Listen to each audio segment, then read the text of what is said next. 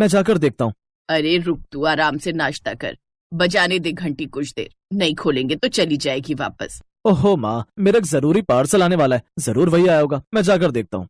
ये कहकर ऋषभ नाश्ते के बीच से उठा और घर का मेन गेट खोल दिया, पर सामने एक जाने पहचाने चेहरे को देखकर ऋषभ का मुंह उतर गया और बुझी आवाज में उसने अपनी माँ से कहा, माँ, सुनंदा ताई आई है? अरे अपनी माँ को बाद में बुलाना, पहले मुझे अंदर तो आने दे, चल परे को हट। ये कहकर सुनंदा ने ऋषभ को हल्के से धक्का दिया और उसे साइड में हटाकर खुद घर के अंदर आ धमकी।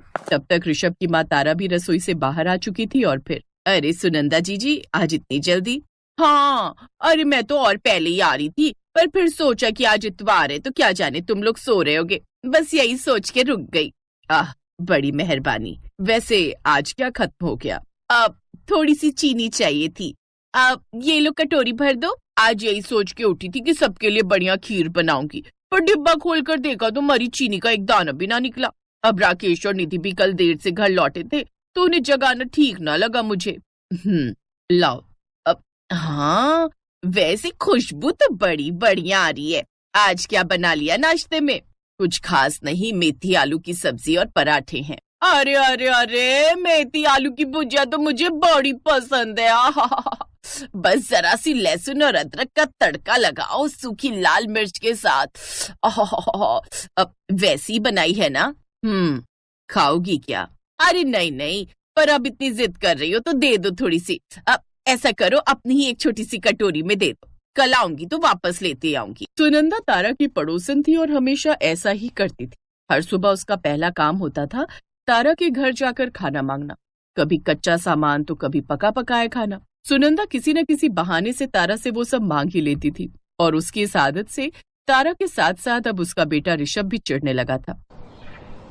माँ, आप ना बहुत भोली हो, तभी तो वो औरत आपको हर रोज बेवकूफ बनाकर सब मांग ले जाती है। अरे एक बार सीधे शब्दों में मना कर दोगी तो फिर कभी उसकी हिम्मत नहीं होगी। अगर आपसे नहीं होता तो मुझे बोलो, मैं कल ही इस औरत के दिमाग ठिकाने पर लगाता हूँ। नहीं बेटा, पुराने पड़ोसी हैं, और सच कहूँ तो पहले सुनंदा जी ऐसी थी भी नहीं। तेरे बाबूजी बड़ा मानते थे उनके परिवार को, पर जब से महेश भैया गुजरे तब से थोड़ी बावली सी हो गई हैं। अब हो सकता है कुछ दिक्कत भी हो घर में। क्या दिक्कत होगी माँ? पति नहीं रहे तो क्या हुआ? उनका बेटा तो बढ़िया कमाता है, उल्टा उनकी तो बहू भी कमाती है। देखे नहीं उनके ठाठ? अभी पिछले महीने ही तो नई गाड़ी खरीदी है। और फिर सुनंदा ताई ने कभी खुद से कुछ कहा क्या आपको? नहीं, कोई परेशानी हो ऐसा तो कभी नहीं जताया, उल्टा हमेशा अपने बेटे बहू की तारीफ ही करती रहती हैं। अब तू छोड़ ना ये सब और ये बता कि तू ऑफिस से छुट्टी कब ले रहा है? मिताली का फोन आया था मुझे, बोल रही थी शॉपिंग पर साथ चलने को। ओहो माँ, मेरे पास बिल्कुल टाइम नहीं है। आप और मिताली देख लो ना सब कुछ प्लीज। ये लो, ये रहा मेरा क्रेडिट कार्ड, जो लेना है और जितने का भी लेना है आप दोनों ही देख लो। दरअसल यहाँ मिताली नाम की जिस लड़की के बारे में बात हो रही थी वो तारा की होने वाली बहू थी।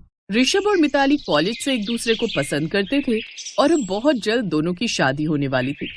ऋषभ वेल सेटल्ड था तो मिताली भी बहुत समझदार और सुलझी हुई लड़की थी। तारा भी इस रिश्ते से बहुत खुश थी। और फिर एक दिन, कैसी हो तारा? हो गई बहू के स्वागत की तैयारियां? हाँ जी, बस अब सब सही से हो जाए। वैसे तो ज्यादातर काम खुद मिताली ने ही संभाल रखे हैं, मेरे ऋषभ को तो अपने ऑफिस से ही फुर्सत नहीं। चलो बढ़िया है। अब वैसे मैं ये कह रही थी कि वो थोड़ा सा गुड़ होगा क्या तुम्हारे पास? हाँ है तो सही, पर थोड़ा पुराना हो गया है। अरे अरे रे रे, फिर तो तुम्हारे काम का ही नहीं रहा होगा। ऐसा करो फिर जितना है मुझे ही दे दो। हैं?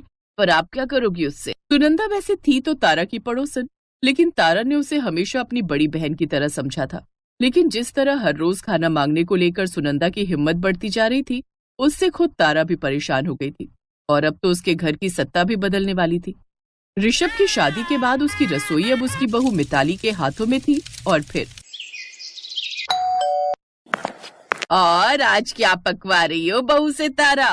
कढ़ी चावल बनाए ताई जी, आपके लिए लेकर आऊं? हाँ जरूर लेकर आओ, कढ़ी तो मुझे वैसे भी बहुत पसंद है। मिताली ने फौरन एक प्लेट में कढ़ी चावल लगाकर सुनंदा को दिए, जिन्हें सुनंदा ने कुछ ही मिनटों में खत्म कर दिया और फिर बड़े प्यार से बोली, वाह भाई वाह, मजा आ गया, बहुत ही बढ़िया कढ़ी बनाई बहू, जुग जुग जियो। अब ऐसा करो, इस कटोरी में थोड़ी सी कढ़ी मुझे दे भी दो। जी बस अभी लाई। मिताली के लिए ये पहली बार था इसलिए उसे कुछ खटका नहीं, लेकिन फिर कुछ दिनों बाद, सुनो जी ये सुनंदा ताई की क्या दिक्कत है? अरे कुछ नहीं, एक नंबर की लालची औरत है। हर रोज खाना मांगकर खाने की आदत हो गई है। माँ को तो उसने अपने झांसे में ले रखा है, पर तुम उसके चक्कर में मत पड़ना। साफ साफ मुंह पर मना कर देना। मिताली ने उस वक्त ऋषभ से कुछ नहीं कहा और चुपचाप रसोई में जाकर अपना काम करने लगी। और फिर अगले दिन, और भाई तारा कहाँ हो? वो माँ जी की तबीयत थोड़ी ठीक नहीं थी, तो वो अपने कमरे में आराम कर रही हैं। जरूरी काम हो तो मैं बुला लाऊं उन्हें?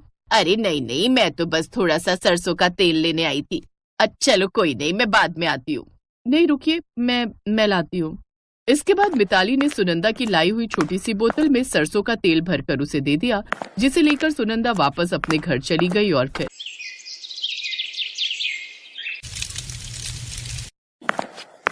ये देखो, ये बुढ़िया फिर कहीं से कुछ मांग कर ले आई। ओह गॉड, इसने तो नाक कटा रखी है हमारी। मांगू नहीं तो और क्या करूं? तुम लोग तो मुझे कुछ देते नहीं, ना खाना और ना ही राशन। हाँ तो जीवन भर का ठेका ले रखा है क्या तुम्हारा? अरे रहने की जगह दे रखी है, वो कम है क्या? भूलो मत, तुम्हारे पति ने जीवन भर जो कमाया वो अपनी बीमारी पर खर्च करवा कर चले गए। अब यहाँ जो कुछ भी है वो मेरा और मेरे पति का है। और मैं कुछ नहीं लगती तुम्हारी। राकेश बोल बेटा। अब मैं क्या कहूँ माँ, मेरा कहना तुम सुनती कहो। कब से कह रहा हूँ छोड़ आता हूँ तुम्हें किसी अच्छे वृद्धाश्रम में, वहाँ तुम भी खुश और यहाँ हम भी खुश। लेकिन तुम्हें तो मेरी बात समझ में नहीं आती है ना।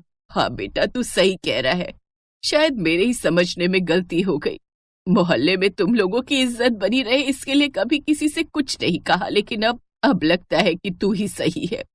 अब जब बहू ने ही कह दिया है कि ये घर मेरा नहीं, तो फिर आप हमारे साथ रहेंगी जीजी, हमारे घर में, जो आज से आपका भी है। तारा तुम? हाँ जीजी, बहुत अच्छा हुआ जो मिताली के कहने पर मैं उसके साथ तुम्हारे पीछे पीछे चली आई। क्यों जीजी, क्यों कभी कुछ नहीं बताया? क्या बताती तारा कि मेरे खुद के बेटे को मेरी परवाह नहीं। मेरी बहू मुझे एक वक्त का खाना तक नहीं पूछती, आस पड़ोस से मांग मांग कर गुजारा चला रही हूँ। ये कैसे बताती तुम्हें और किस मुंह से बताती? कसूर तो आखिर मेरी परवरिश का ही है ना। नहीं ताई जी, कसूर आपका नहीं, बल्कि जिसका है वक्त उसे उसकी सजा जरूर देगा। अभी आप हमारे साथ चलिए, आज से आप हमारे साथ रहेंगी। मैं आपको खाना खिलाऊंगी अपने हाथों से बनाकर। नहीं बेटा, मैं ऐसा नहीं कर सकती। मैं तुम लोगों पर कैसे बोझ बन जाऊं? और ऋषभ, वो क्या कहेगा? उन्हें मैं समझा लूंगी ताई जी, आप बिल्कुल चिंता मत कीजिए। बस अपनी बहू पर भरोसा रखिए और चलिए मेरे साथ। ये कहकर मिताली ने सुनंदा को गले से लगा लिया और सुनंदा में अब उसे ना कहने की हिम्मत नहीं। उसने एक बार भी पलटकर अपने बेटे बहू की तरफ नहीं देखा और मिताली और तारा के साथ चल दी, अपनी बची हुई जिंदगी को अपने आत्मसम्मान के साथ जीने के लिए।